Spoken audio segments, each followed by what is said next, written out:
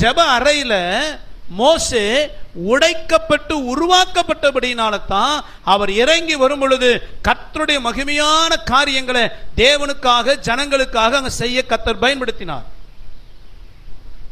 6 நாட்கள் ஜெபமலையில் மோசே உடைக்கப்பட்டார். எப்படி உடைக்கப்பட்டார் அதை பார்க்கறதுக்கு முன்னாடி ஒன்றை நம்ம மனசுல வச்சுக்கணும். ஜெப அறை என்பது நாம் உடைக்கப்படுகிற அறையா இருக்க வேண்டும்.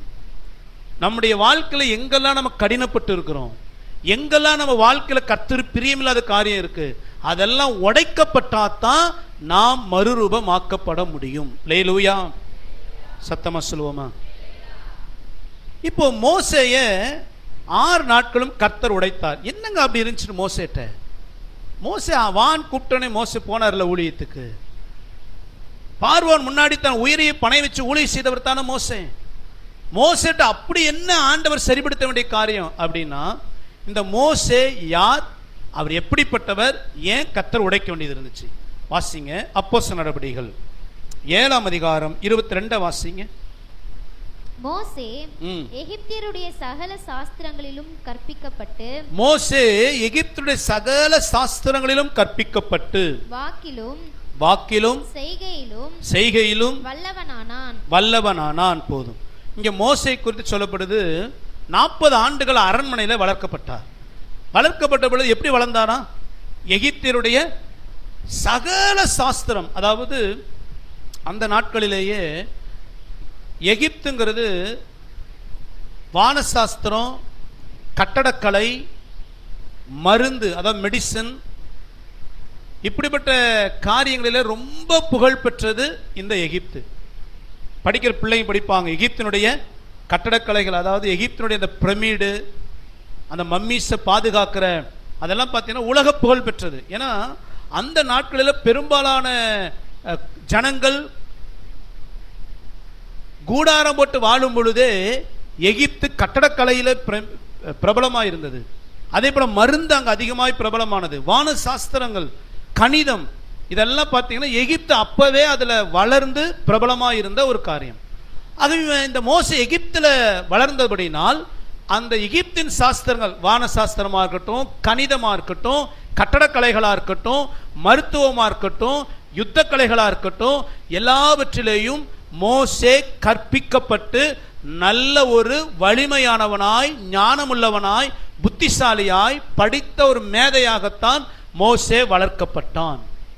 அப்போ உலக பிரகாரமான மோசே லைஃபை பார்த்தீங்கன்னா ரொம்ப டேலண்டடான ஆளு, ரொம்ப அறிவாளி. அதனால தான் ஒரு எகிப்தனை கொன்னதே தெரியாத அளவுக்கு என்ன செய்தான்?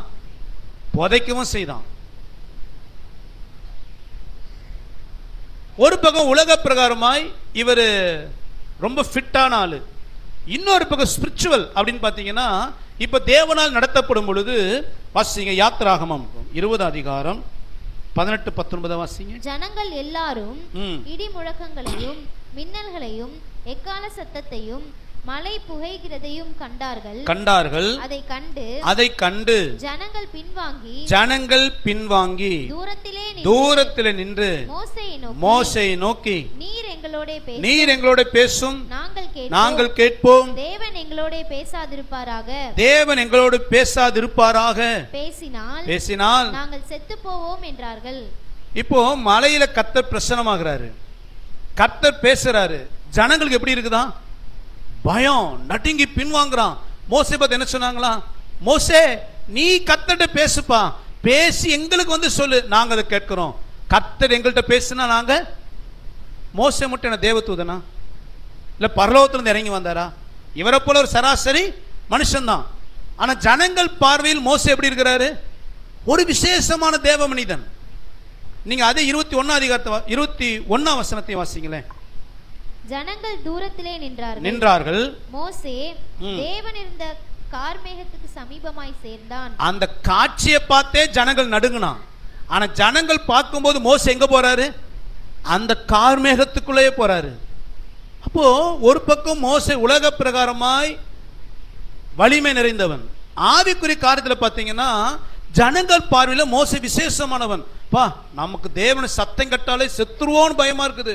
மோசே அப்படி இல்லப்பா, கர்த்தர் சமூகத்திலே போய் நிப்பாரு, அந்த புகையிற அக்கினிக்கு பக்கத்துல போய் நிப்பாரு, கர்த்தரோடு முகமுகமா பேசுவார்ப்பா, அவர் தேவ மனுஷன் என்கிற ஒரு விசேஷமான வார்த்தையும் சாட்சியும் ஜனங்கள் மத்தியில் மோசேக்கு இருந்துச்சு.